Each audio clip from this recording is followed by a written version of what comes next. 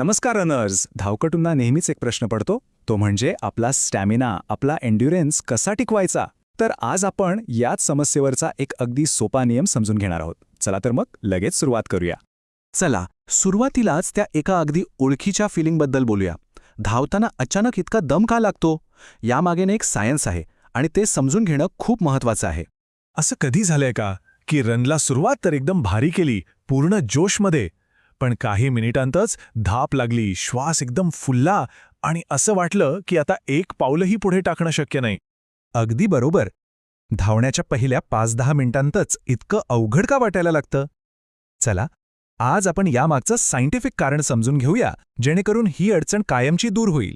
आता यामागचं कारण ऐकून कदाचित तुम्हाला आश्चर्य वाटेल. ही एक इतकी कॉमन चूक आहे ना, की बहुतेक जण ती नकळतपणे करत असतात. याला म्हणतात फ्रेश लेग स्ट्रॅप. म्हणजे काय? तर बघा, जेव्हा आपण धावायला सुरुवात करतो तेव्हा आपले पाय कसे एकदम ताजेतवाने, ऊर्जेने भरलेले असतात, बरोबर? आणि याच जोशात आपण नकळतपणे खूप वेगाने धावायला लागतो. जसं काही गाडी सुरू करताच आपण ॲक्सिलरेटर पूर्ण दाबतो ना, अगदी तसंच. आणि वेगाचा मोह टाळणं खरंच कठीण असतं. पण एक गोष्ट लक्षात घ्या, तुम्ही ठरवलेल्या पेसपेक्षा फक्त 10 ते 20 सेकंड जरी फास्ट सुरुवात केली ना, तरी तेवढं तुमच्या संपूर्ण रनचा अनुभव खराब करण्यासाठी पुरेसा आहे.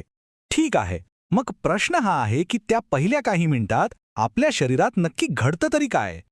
चला ह्या मागचं सायन्स बघूया. हे समजायला सोपं जाण्यासाठी आपण असं समजूया की आपल्या शरीरात 2 प्रकारची इंजिनं आहेत. पहिलं म्हणजे एरोबिक इंजिन. हे ऑक्सिजनवर चालतं, खूप एफिशियंट आहे आणि लांब धावण्यासाठी आपल्याला ऊर्जा देतं. दुसरं आहे ॲनएरोबिक इंजिन. हे कमी ऑक्सिजनमध्ये काम करतं, पण खूप लवकर थकून जातं. आपले ध्येय काय आहे? तर आपल्याला या एरोबिक इंजिनवरच धावायचं आहे. पण खरी अडचण इथेच सुरू होते.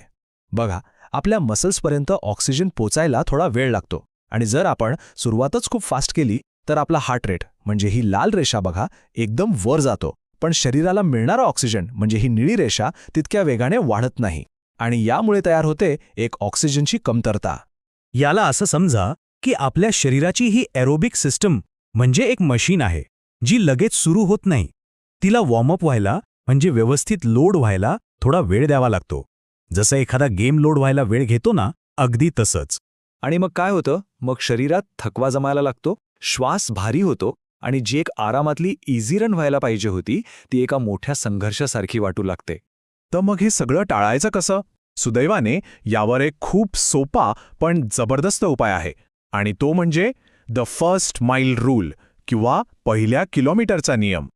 हा नियम अगदी सोपा आहे. पहिला किलोमीटर किंवा साधारणतः पहिलं 1 मैल मुद्दामून हळू धावा. आता तुम्ही म्हणाल किती हळू?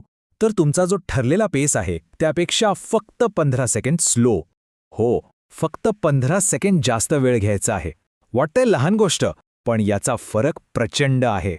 उदाहरणार्थ, जर तुमचा टार्गेट पेस प्रति किलोमीटर 6 मिनिटांचा असेल, तर पहिला किलोमीटर 6 मिनिटे 15 सेकंदात पूर्ण करा. तुमच्या रनिंग वॉचवर हे लक्ष ठेवणं खूप सोपं आहे आणि यामुळे तुमचा रनिंगचा अनुभव खरंच बदलून जाईल. या हळू सुरुवातीमुळे होतं काय की तुमच्या शरीराला स्टेडी स्टेटमध्ये यायला वेळ मिळतो. म्हणजे काय? तर ही अशी एक अवस्था आहे जिथे तुमच्या ऑक्सिजनची मागणी आणि शरीराला होणारा ऑक्सिजनचा पुरवठा यांचा ताळमेळ बसतो. सगळं काही बॅलन्समध्ये येतं. चला आता बघूया की या एका लहानशा बदलामुळे तुमच्या रनचा शेवट किती दमदार होतो आणि एकूण कामगिरी कशी सुधारते. हा नियम वापरल्याचे परिणाम तुम्हाला लगेच दिसतील. तुमचा श्वास स्थिर राहील, हार्ट रेट एका लयीत राहील आणि मसल्सना सतत ऑक्सिजन मिळत राहील. तुम्हाला जाणवेल की आता रन तुमच्या नियंत्रणात आहे. म्हणूनच एक म्हण आहे, स्लो स्टार्ट स्ट्रॉंग फिनिश. म्हणजे सुरुवात सावकाश करा आणि शेवट दमदार होईल. लक्षात ठेवा, चांगला एन्ड्युरन्स म्हणजे फक्त शारीरिक ताकद नाही, तर पहिल्या किलोमीटरमध्ये तुम्ही जो संयम दाखवताना तो महत्वाचा आहे. आणि जाता जाता एक मंत्र नेहमी लक्षात ठेवा, run slow to run long. म्हणजे लांब पल्ला गाठायचा असेल तर सुरुवात हळूच करा. हा साधा नियम तुमचा रनिंगचा अनुभव नक्कीच खूप आनंददायी बनवेल. पुढच्या वेळी नक्की ट्राय करून बघा. स्मार्ट धावा, सुरक्षित धावा आणि स्ट्रॉंग रहा. धावण्याविषयी अशाच आणखी माहितीसाठी रन मराठीला नक्की सबस्क्राईब करा.